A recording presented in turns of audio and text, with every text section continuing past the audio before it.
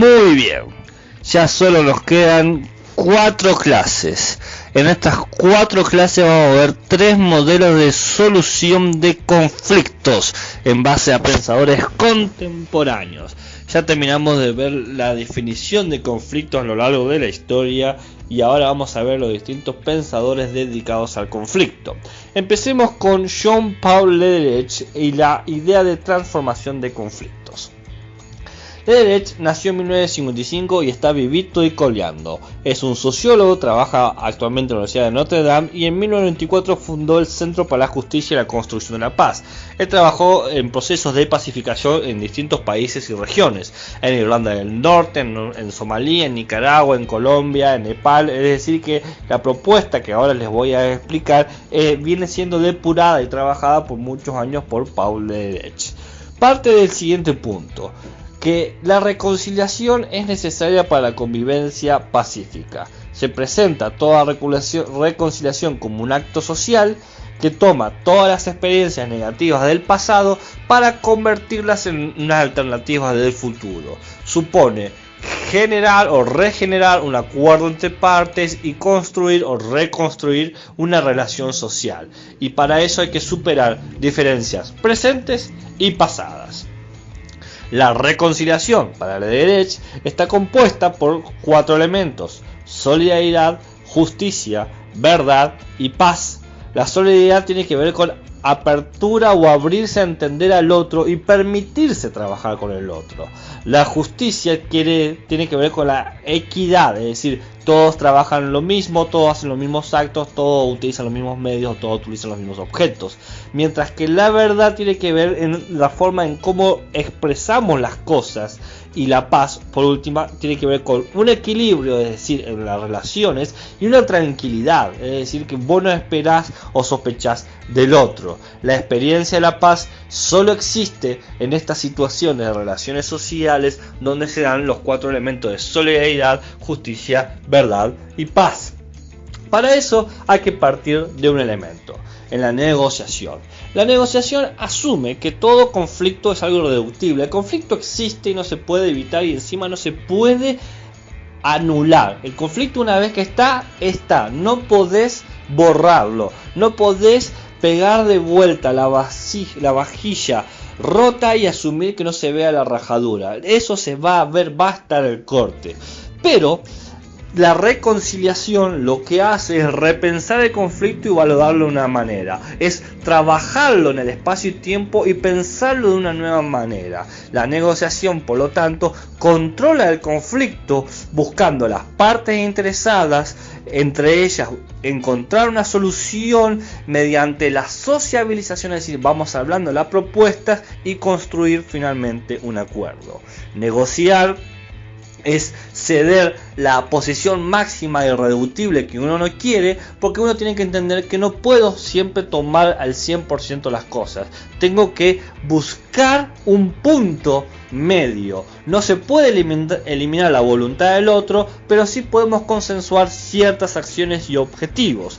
Para consensuar debo reconocer al otro, tengo que reconocer que el otro también tiene sus términos, el otro también tiene su voluntad y el otro también tiene sus objetivos y por lo tanto acciones que lo llevan a producir o considera que lo van a llevar a alcanzar esos objetivos. Según Lederich, la negociación es en esencia que las personas o grupos implicados reconocen que no pueden simplemente imponer su voluntad ni eliminar a los otros, sino que deben colaborar unos con otros para conseguir sus objetivos.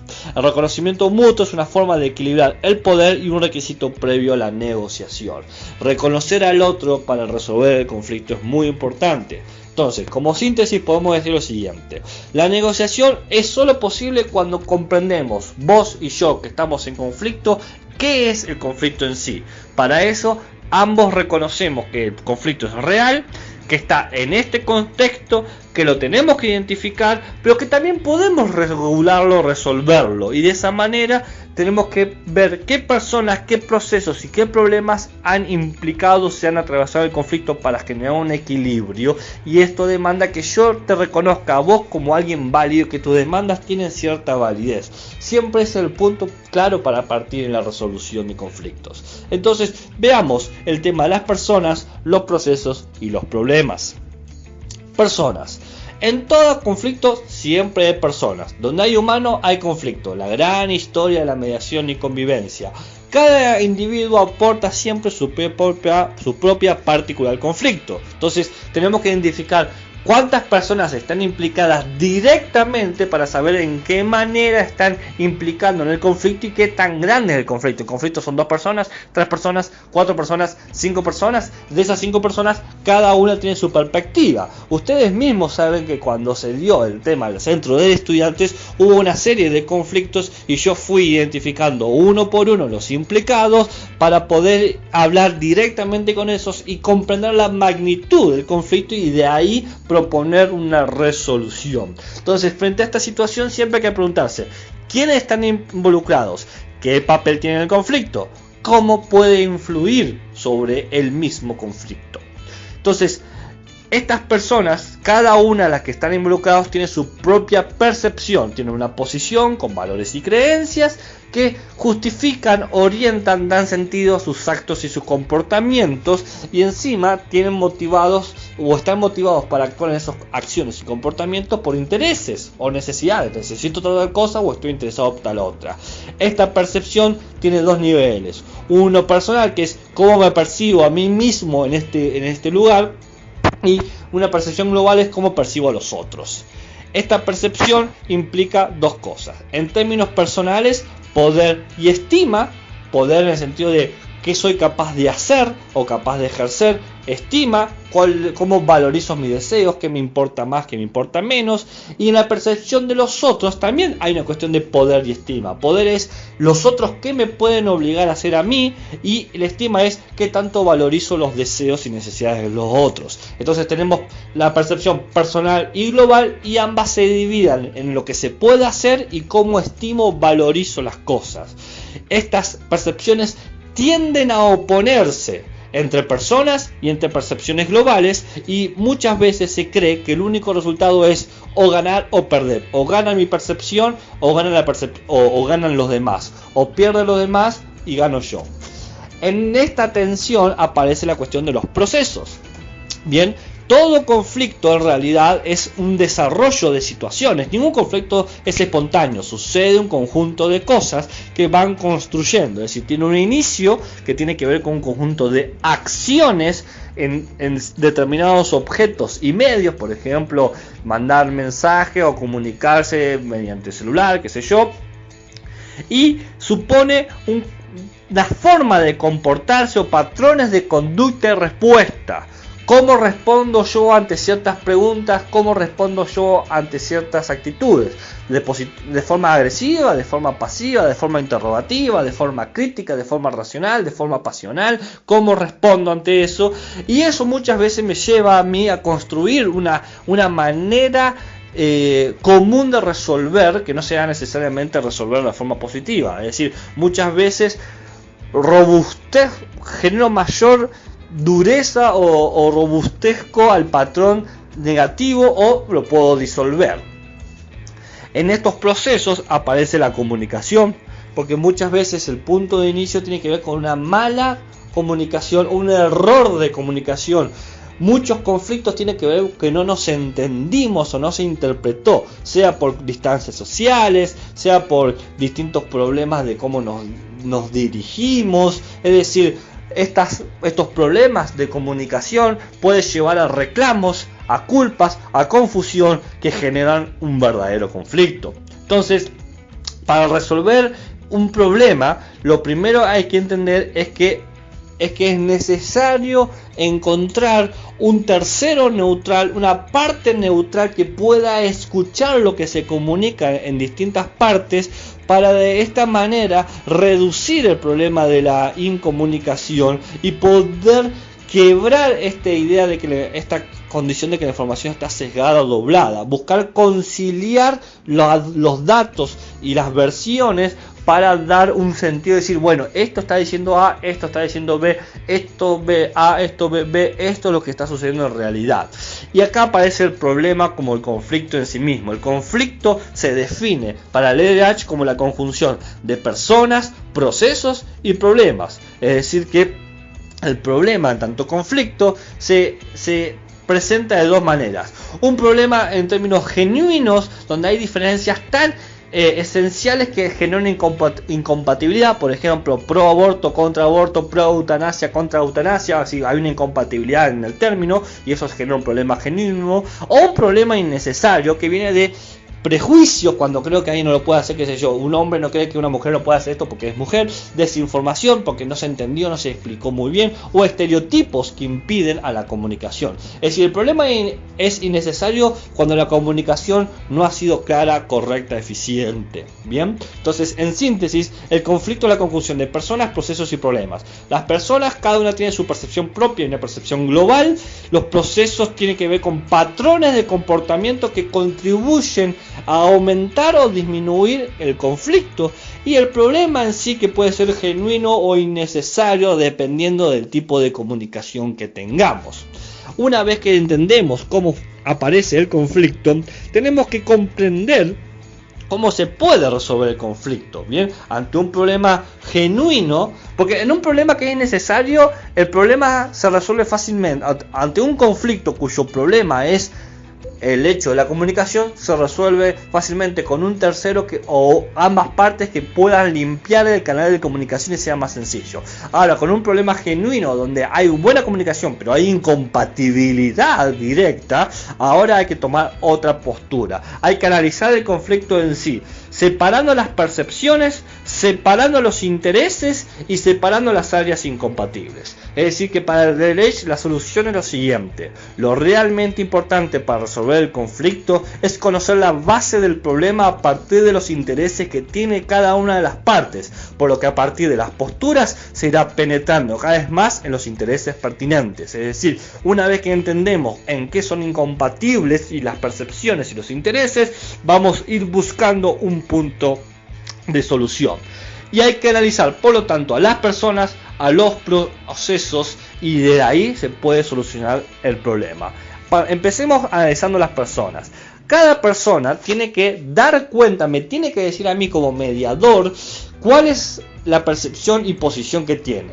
Y de esta manera yo me doy cuenta de que si su posición busca promover la comprensión de las emociones o busca facilitar el reconocimiento de las necesidades propias ajenas, esto demanda tomar tiempo y escuchar con respeto y dignidad lo que te están diciendo. Defender la autoestima de cada uno y profundizar en los conceptos que tienen de la situación. ¿Cómo definen la situación? ¿Cómo la perciben? ¿Cuáles son los términos que utilizan? De esta manera también supone rever los comportamientos de cada uno y cómo los comportamientos de otro han afectado. Entonces tomamos un ejemplo. Un conflicto que tiene que ver, qué sé yo, con el tema... A ver, déjeme empezar...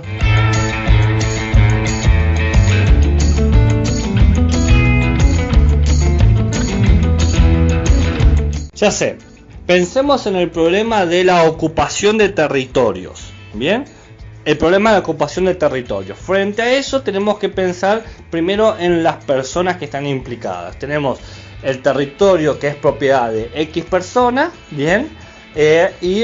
O del Estado, vamos a decir propiedad del Estado, y las personas que ocupan ese territorio. Entonces, primero, hay que encontrar o reconocer cuáles son las necesidades que están partiendo en dos lados. Uno es que ocupa el territorio porque no tiene dónde vivir, y otro que quiere que se le respete su propiedad privada. Muy bien, tenemos esas necesidades. ¿Cómo se sienten ante eso? Uno se siente ultrajado, otro siente que no tienen otra opción. Bien, frente a eso hay que escuchar con respeto y dignidad a ambas partes. ¿Qué dice la parte A sobre su propiedad privada y qué dice la parte B sobre la ocupación?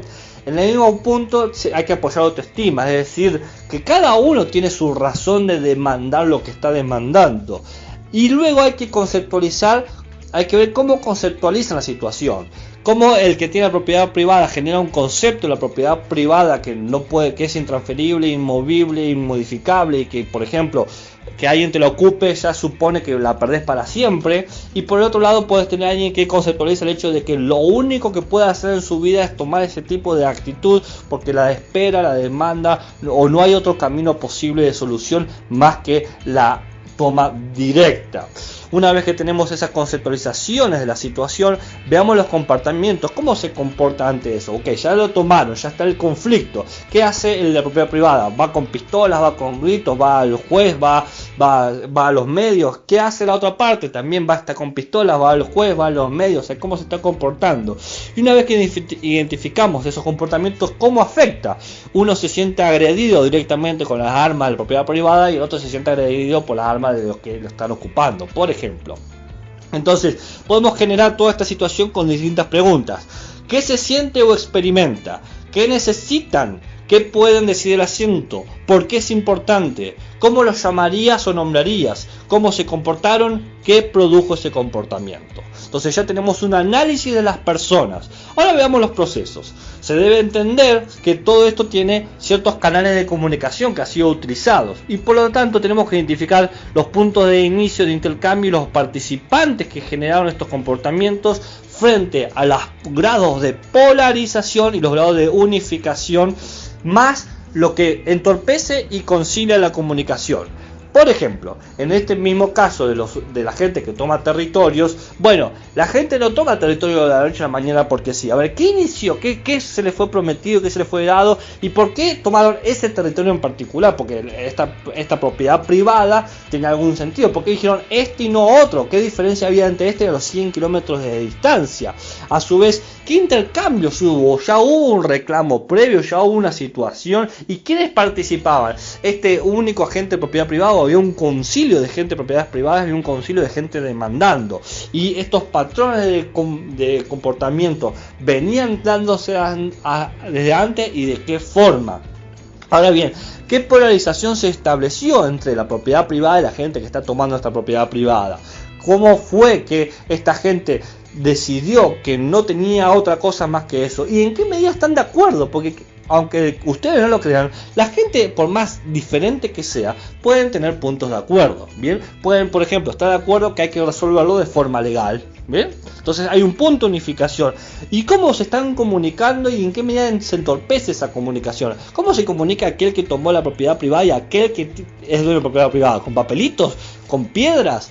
¿Hablan? ¿Gritan? ¿Se juntan a tomar el mate? ¿Cómo hacen? ¿Y qué alternativas de conciliación hay? ¿No se pueden quedar 6 meses ahí con la promesa de irse a otro lado? ¿O no puede subarrendar ese territorio a la gente que lo tomó la persona? O sea, ¿qué forma de conciliar hay? Entonces, podemos resolver todo esto en un conjunto de preguntas. ¿Cómo comenzó? ¿De qué forma se comunican? ¿Quién habla? ¿Cuándo? ¿Cuánto? ¿Y por qué? ¿Qué otros problemas se añadieron? Por ejemplo, el tema de las cloacas o del agua, ¿no? ¿En qué cosas o actos son diferentes? ¿En qué cosas o actos son similares? ¿Qué estereotipos, prejuicios, rumores se han prestado atención? ¿Ocupas o no ocupas? Ah, oligarca, eso puede ser estereotipos y prejuicios. ¿Qué soluciones se podría dar para que ambas partes estén satisfechas en un mundo ideal? En un mundo ideal podríamos decir que el que tiene el territorio se quede con su territorio, la gente que lo tomó tenga también su propio territorio. Eso sería lo ideal. Bueno, ¿cómo conciliamos estos dos puntos? Y ahí llegamos al análisis del problema. Una vez que entendemos los problemas genuinos y los problemas innecesarios, el problema necesario puede ser la comunicación, oligarca, ocupa, y el problema genuino va a ser, necesitamos vivir en algún lado, no podemos vivir en la calle. Entonces, para esto, ¿qué tenemos que darnos cuenta? ¿Qué preocupa cada parte? ¿Qué solución propone cada parte? ¿Cuál solución podemos darle más significado y cómo se significan? Bien, ¿cuáles son las necesidades comunes y qué valores diferentes generan la polarización? Entonces, una vez analizado este problema, podemos darnos cuenta que, por ejemplo, lo que le preocupa a cada uno es a la parte de la propiedad privada es que se le respete lo que es suyo, y a la parte de los que ocupan los territorios es tener un hogar. Ahora bien, ¿qué solución da a conocer cada uno? La propiedad privada dice que se vaya, no me importa lo que pasa. La propiedad, los que ocupa dicen, y ya nos quedamos acá, ¿a dónde nos vamos a ir si no? Bien, ahora, ¿cómo significan estas soluciones? El que se vaya es en realidad yo quiero que no me molesten, y el que se quede dice yo quiero un lugar donde pueda estar. Bien, entonces, ¿cuáles son las necesidades comunes? Que en realidad una parece que es común es que cada uno tiene su propio lugar, el de propiedad privada y el que ocupa ese lugar. ¿Y cuáles son los valores diferentes? Y la forma en cómo actúa. Yo no cedo mi territorio o yo tomo el territorio de otro. De esta manera podemos crear estas preguntas. ¿Qué es lo que le preocupa? Si pudiera, ¿cómo lo solucionaría? ¿Por qué esta solución y no otra? ¿Qué ganarías con dicha solución? ¿Ganaría algo con la solución de la otra parte? ¿Perdería algo con la solución de la otra parte? Entonces, una vez establecido todo esto, podemos considerar los límites y extremos de las posturas presentadas, cómo los sujetos aportan a la conciliación, los objetivos alcanzables, valores y necesidades comunes y propuestas que se dispongan a cumplir cada parte. Podemos crear una especie de contrato o de concilio donde decimos, bueno, durante un conjunto de meses estas personas van a vivir aquí hasta que logremos encontrar o bien soluciones habitacionales o bien alquileres a menor precio o bien, qué sé yo, o bien vamos a, esa es una solución posible, o bien vamos a subarrendar este territorio que está siendo ocupado a la persona dueña, bien, pero con la promesa de cumplir ciertos criterios, qué sé yo, arquitectónicos, de balneario, de poner cloacas, lo que sea, bien. Entonces, la solución que uno tiene que ofrecer tiene que poder responder lo siguiente: ¿en qué se alejan las posturas? ¿En qué se acercan las posturas? ¿Qué concilios han considerado? ¿Quién puede contribuir a la conciliación? ¿Qué objetivos pueden comprometerse por igual? ¿Qué valores y necesidades comparte?